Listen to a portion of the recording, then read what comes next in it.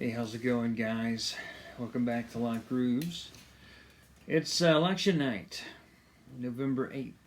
So everybody's kind of hanging around the TV, waiting to see what's going to happen. I voted. I didn't really vote for somebody. I voted against somebody. So Hillary Clinton got my vote. I'll just say it. I'm not secretive like that. A very liberal Democrat. Trump just doesn't. He scares me. So, but whatever will happen, will happen. We're all Americans, and hopefully we can all get along. But that doesn't seem to always be happening, does it?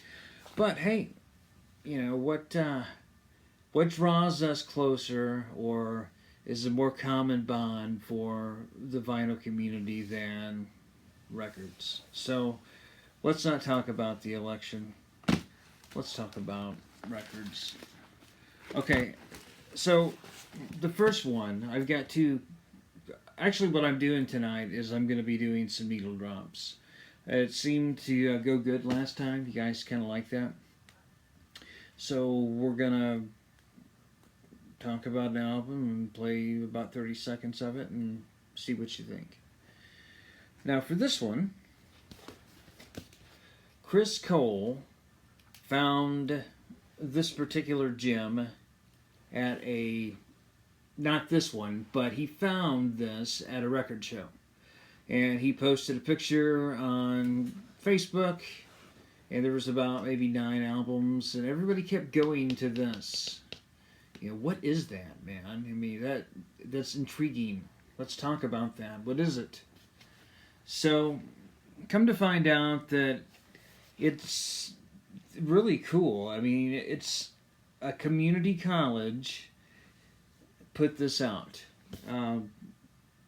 This is a production of the students of the Montgomery County Community College in Blue Bell, Pennsylvania, 1972 to 1973. Now, before this, there's 3 of these. And before this, they were putting out magazines called Latitudes, and it had short stories in it, and poems, and whatever, maybe interviews, whatever you would put in a magazine. Lots of maybe some cool drawings and cartoons. It seemed to be kind of the cool liberal thing of the day, and they got more progressive and said, "Hey, let's just put it on a piece of vinyl." And so I picked this one up. And I picked this one up, which is, I believe, the second one. There's another one called Take Flight that I can't find, and apparently it's really hard. And this one is called Latitude 73 to 74, so it's the following year. Now, I got my needle drop. When you see it, you'll see the contrast. I played about 20 seconds of each. This one's first, and then this one. Now, this one here has got a lot of spoken word. There's a lot of stories and spoken word on it. I would say maybe 75% of it. And there's a little bit of music. People wrote stories, and either they read them themselves or had somebody else read them for them. And the stories can be kind of deep, and some of them you just don't get at all. But it's still cool, and I'm happy to have these in my collection. Now this one here, they got a little bit more progressive, because I don't believe there's any stories on this. I think it's all music. It's just all like early 70s, easy breezy music. There's one song that's kind of progressive and is actually pretty good. You guys will probably like it. I did a sample of that. And that's on side 1 called Tower of Bar-Adur. And then side 2 starts off with a little ditty, and it's a country song. So, if you want to skip that, I kind of do. When I read some reviews for it, they called it folk, but I would not call that folk. I would call that country. True and blue. So, go ahead and listen to the samples, see what you think, and we'll be right back. For her, This was a time spent in great joy and contentment. I never found out until just now what she saw in those clouds. Now I understood. If you concentrate long enough, you become one with the clouds. You fly across the heavens with them, losing all sense of time and place.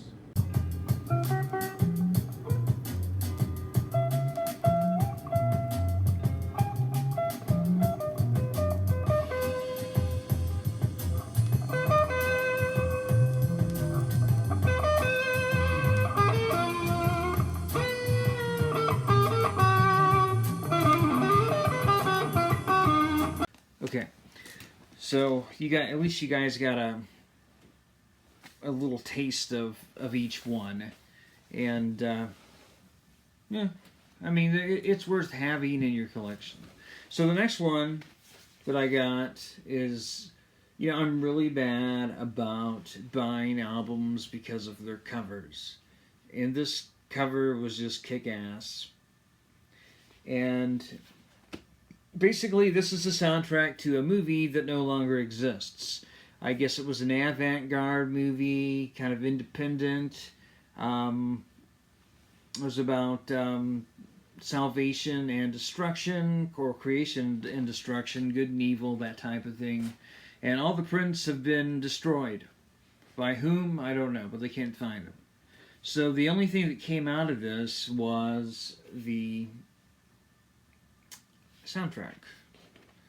Now this is just the person who did the soundtrack is Amin Adav Aloni. I'm real bad with names, so I'll just say it again. Amin Adav Aloni. See, right there. And there's a picture of the guy. And it's a real trippy trip, man. I mean, it's an electronic analog synthesizers. The songs are relatively short, but it's cool. I mean, and it's in a good way. I mean, this is a good electronic album. I mean, it's not something you can really get soaked into, but it's something that you can sit down and listen and really enjoy. So I recommend this. Apparently, this was like a holy grail album that they couldn't find, and Light in the Attic put it out. Where actually, I got it from Light in the Attic, but it came from Dual Planet. So, here's a sample of that.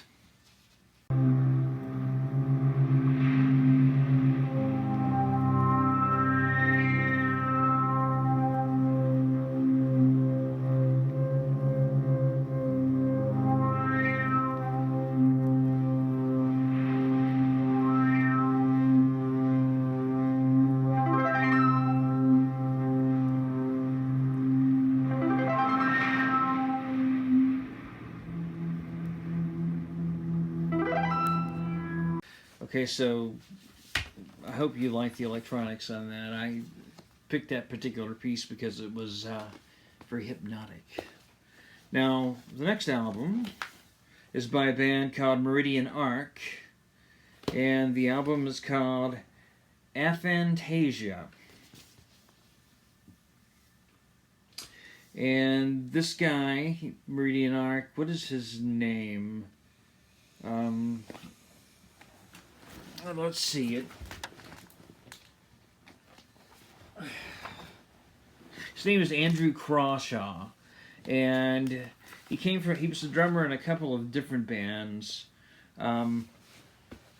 Two of them were called The Terminal Fuzz Terror and The Story of Rats. Story of Rats I'd like to check out. It sounds really cool. And this is just kind of they compare it to like John Carpenter horror movies, that dark analog synthesizer thing that goes on. And it, you know, I mean, I'm not an expert on John Carpenter, but I've heard some of his albums, and I guess this comes close to it. If you like John Carpenter, you'd probably like this. It's not incredibly dark and doomy like the notes say, but it's a really good listen, and I recommend it. So, if you get a chance, pick it up. Here's a clip of that.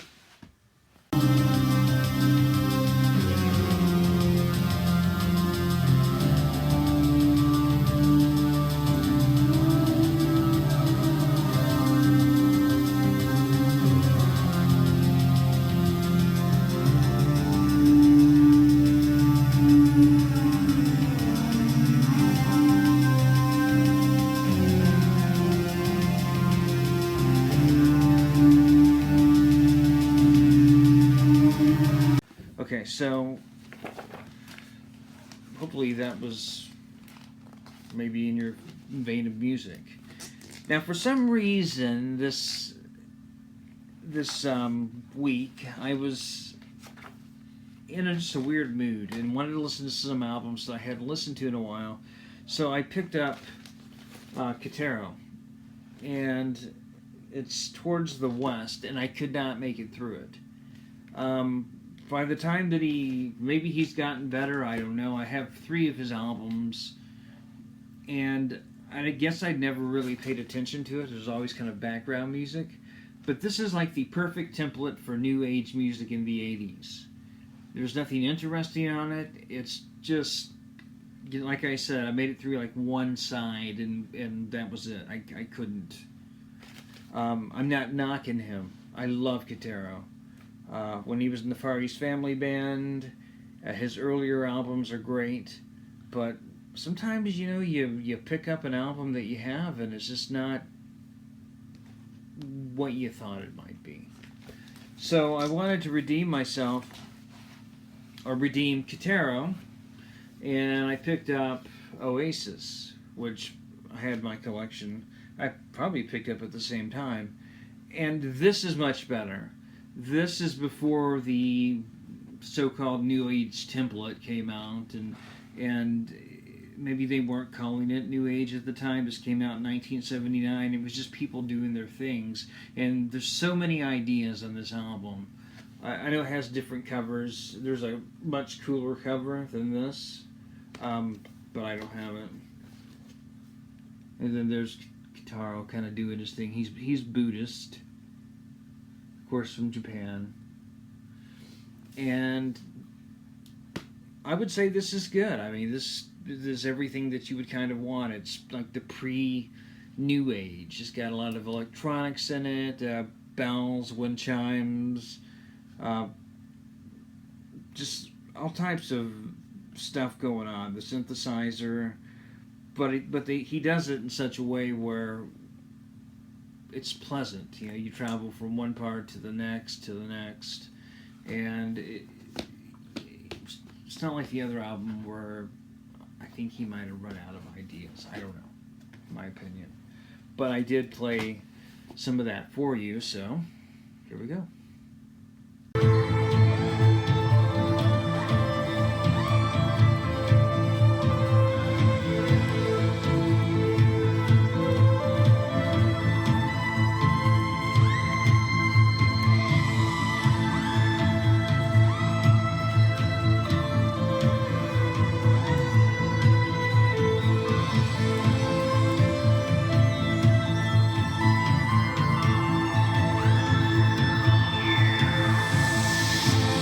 See what I mean? Early Kitaro is really good. And if you follow him now, I mean, I don't really... I think I may have listened to some of his stuff, but... I don't really follow him much anymore. I think I'm a fan of his Facebook page. I like him. I like to see him do his stuff. I like people who like his music. But I've kind of grown in the opposite direction. Doesn't mean I won't pick up a couple more of his earlier albums, because those are good. Alright, so this album here is an album I just took a chance on. And it's called Fini Afrique, El Secreto de las 12, otherwise known as The Secret of 12 O'Clock. Now, this is a compilation album by a band called Fini Afrique. Apparently in the 80s, they put out maybe 4 or 5 albums, and they picked the best kind of mystical, magical, new agey electronics and put it in a comp. So, I've heard some of their other work, and there's a lot of singing in it. Not a lot, don't get me wrong, I'm not an expert on these guys. I mean, I didn't even know who they were before I picked them up. But this album is good. It's like we were talking about. This is not a bad New Age album, but it is New Age ambient. And there's a lot of cool sounds that go along with it. And, I mean, I think it'd be good for any good collection. I don't know if space rock collection, but if you're into the spiritual stuff, and I know some folks who are, so this might be worth checking out.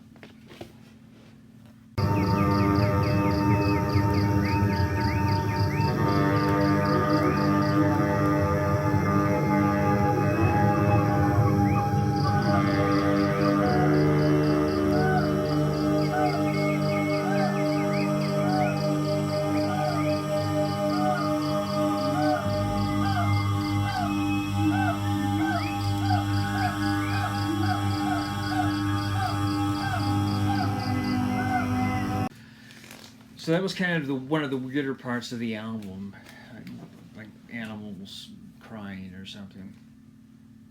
And since it is the election, how about Timothy Leary for president? This album right here, Timothy Leary, this time around you can be anyone. This album was basically put out to fund his run for governor of California back in '70, and it's really cool. The gatefold is pretty awesome. I mean, Timothy Leary himself is pretty cool. There's two acid gurus of the '60s. I prefer Ken Kesey, but Leary, I would never turn away. I would read his books, listen to his albums. He seems to be the more popular of the two. You know, Ken Kesey and the Merry Pranksters. They actually made a trip across the United States in a bus cut further to Leary's compound, and I think that was called Millbrook. And the meeting, I don't know if it went well or not. I read about it, and so. But anyway, it's kind of what actually.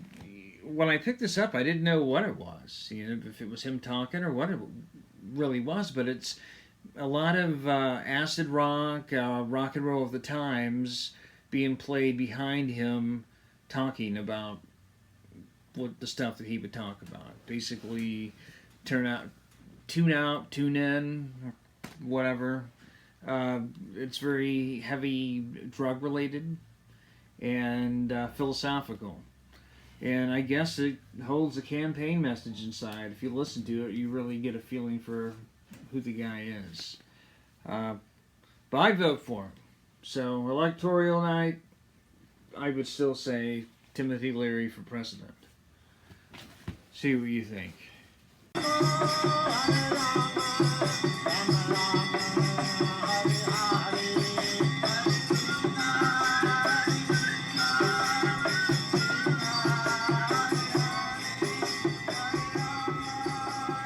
You can be Shiva this time around.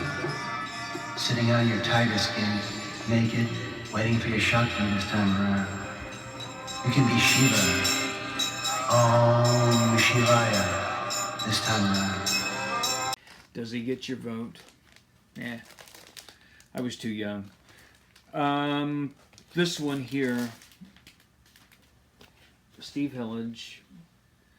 Can't remember. This was his third or fourth album, maybe fifth solo album.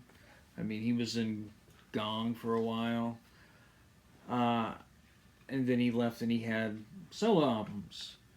And out of all of his solo albums, this is my favorite. It's really psychedelic, spacey, and trippy. And see, I got one of the original green ones. For the first few weeks, they published green. After that, they were black. So I lucked out on that. And it also came with a poster that I don't have. Mine didn't come with a poster. But it did come with a cool lyric sheet. A lot of this is instrumental. The album before this, 1977, was Motivation Radio, and they wrote the songs about the same time.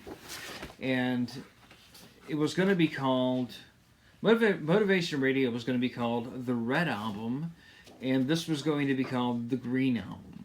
Now, I'm not sure what happened. Like I said, they wrote everything about the same time, recorded Motivation Radio, put Green on hold, and then got Nick Mason of Pink Floyd to produce it. And I'm glad they did, because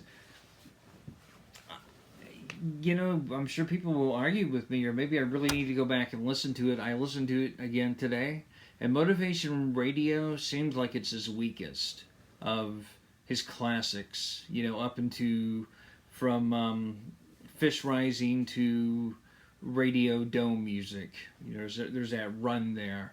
And I mean, he put some stuff out afterwards that I haven't heard, but Motivation Radio just seems the weakest out of all of them, and Green seems like it's the strongest. So I played some of that for you. Of course, we can always decide for ourselves which is the better one, Motivation or Green or Fish Rising or L. L is fantastic. I mean, if you like space rock, Steve Hillage, man, the guy's a trip. This album, the next album, is by a band called Looper. This may be one of two. Well, no. There's a few with lyrics on them, but this one's got actual songs. It's a Scottish band. They formed in 1998. There's a member of Belle and Sebastian who I'm not into. It was 2000 and I was trolling vinyl shops. And I didn't know anything about it. I saw the picture and said, I have to have this album. It wasn't really expensive, so I picked it up. Now, the music inside, there's 10 songs on here. And it's kind of like electronic pop. There's samples, well-crafted songs. They're very catchy. You'll hear a lot of these in commercials and some movies. I guess, and I never caught this because I didn't see the movie, but Tom Cruise's Vanilla Sky had a couple of these songs on it. I think it was Mondo 77 and My Robot. So, this is a great album. It just depends on what you like. And I like to listen to this. It's almost 17 years old, and it brings me back to my time that I spent in Portland. So listen to some of this and see what you think.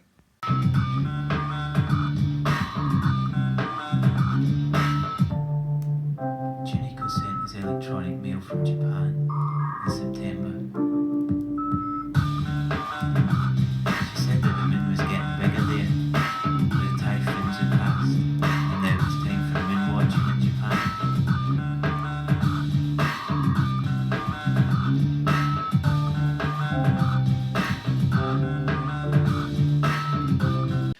Okay, the last album of the evening that we're going to show you is Goat Commune.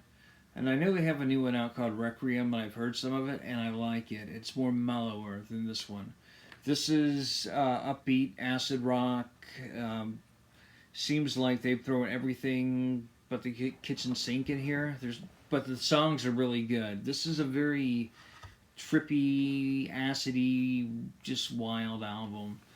And I'm sure a lot of you own this, but if not, it's kind of cool. It has, you pull this out and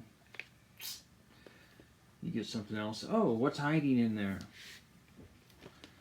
I'll tell you what's hiding. This is the Loser edition. I got this from Sub Pop. I pre-ordered it, actually. And if you pre-ordered it, you got the Loser. I guess they have Loser editions. And I'm not really sure what that means. It just means you get some extra stuff and a little bit different. And you got this color vinyl. It's kind of a pinkish, purplish tint on it. Kind of ugly, but. And then you also got a single.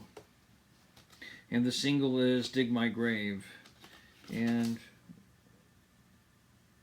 yeah, it's just on one, just dead wax on one side, so it's just one song.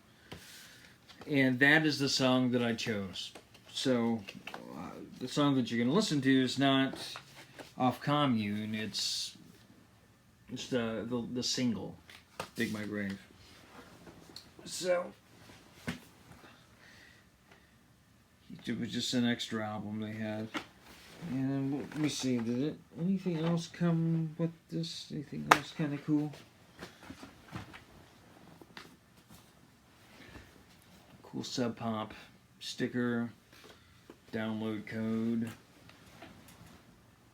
A bunch of stuff just fell on the floor, so that's why I'm picking it up. I guess this is a goat sticker. And I believe that's it. So go ahead and listen to this if you haven't already heard it.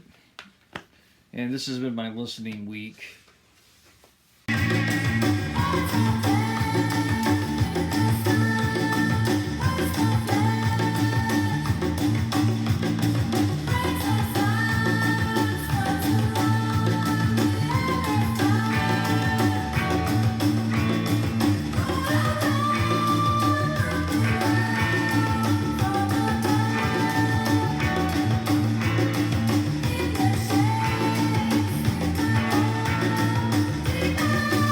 See, it's good. I mean, I think it belonged on the album, but it kind of points to where they were going with the new album, Requiem. But that's it. That's all I have for you tonight. Hope you like it. I hope people are not too traumatized by the election results when they finally announce them. But you guys have a great day. Great night, great morning, wherever you may be. Keep listening, and we'll catch you next week.